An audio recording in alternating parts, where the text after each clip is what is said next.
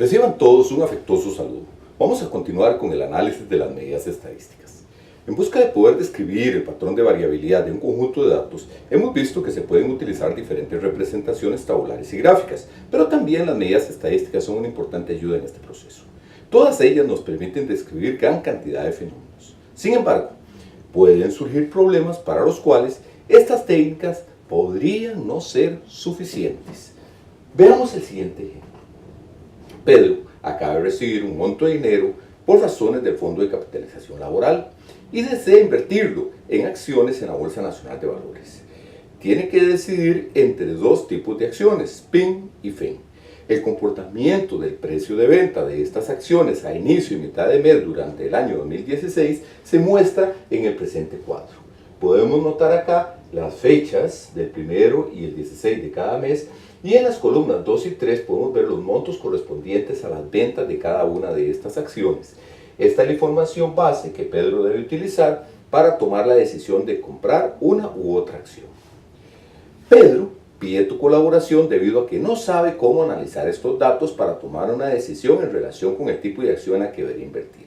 Pero usted debe considerar que Pedro desea tener el dinero a disposición en cualquier momento que lo pudiera requerir para cualquier otra inversión. El promedio y la mediana en los precios de venta para el 2016 fueron los siguientes. Puede notarse que el rendimiento es similar en ambas acciones. Esto nos muestra que las medidas de posición no hay grandes diferencias entre ellas. Nos muestra también un comportamiento aproximadamente simétrico en cuanto al tipo de distribución que presentarían los datos correspondientes. Sin embargo, al observar la tendencia de los datos, notamos importantes diferencias en las magnitudes. Un gráfico lineal nos ayuda a visualizar esto. Puede verse que las acciones FEN tienden a tener picos más altos o más bajos durante el periodo, cosa que no ocurre con las acciones PIN.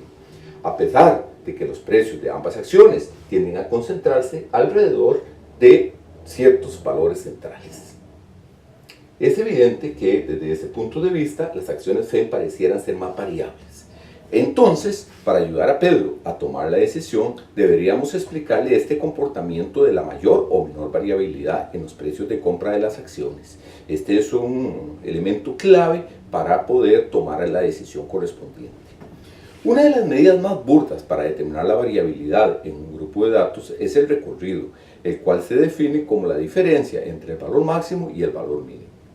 El recorrido, para nuestro ejemplo, vendría dado por los siguientes valores.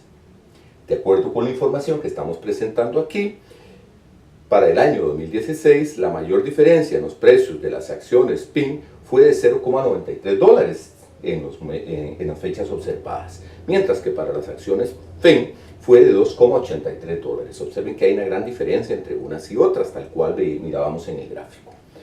Decíamos arriba que el recorrido es una medida burda debido a que no es una buena estrategia para medir la variabilidad, porque depende únicamente de los valores extremos. Puede ocurrir que al menos uno de ellos esté desproporcionado con el resto de datos y tienda a sobredimensionar la variabilidad.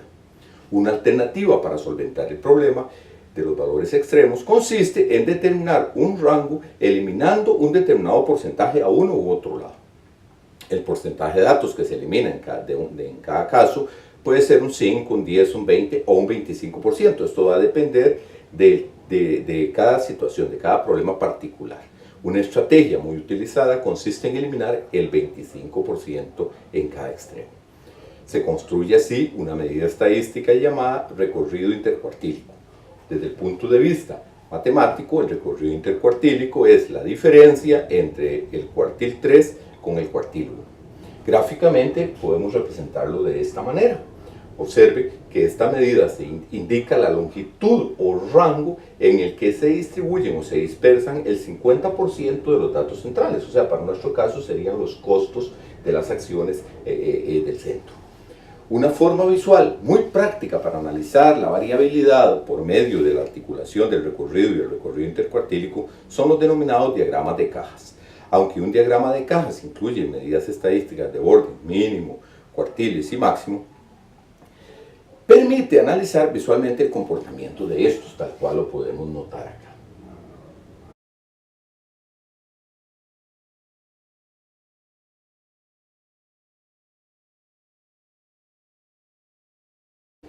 Para el problema en particular que estamos analizando, tendríamos el comportamiento de las acciones PIN y FEN de esta manera.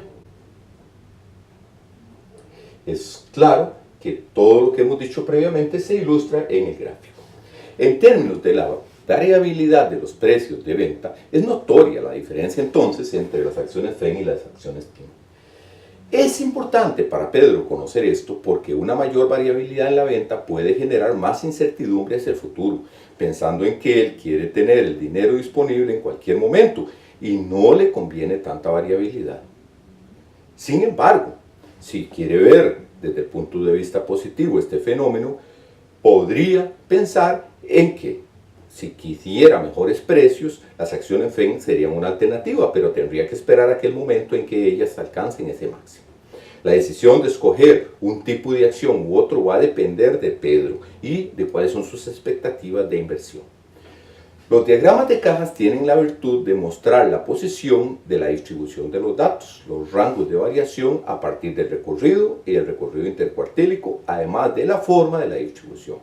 Veamos algunas representaciones que nos ilustran esto. En general, cuando la asimetría es positiva, el diagrama toma la forma que se muestra acá. Podemos ver de que viene un comportamiento similar al que tenía la distribución de los datos. Cuando la asimetría es negativa, entonces la forma del diagrama de cajas en general es aproximadamente la que estamos mostrando aquí. En cambio, cuando la distribución es simétrica, se esperaría que el diagrama de cajas también tenga una distribución aproximadamente simétrica.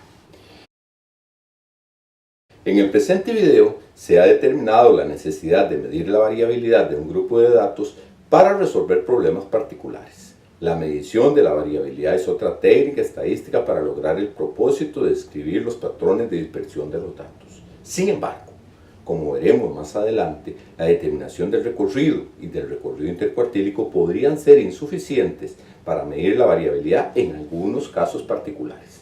En este sentido, los invito al próximo video.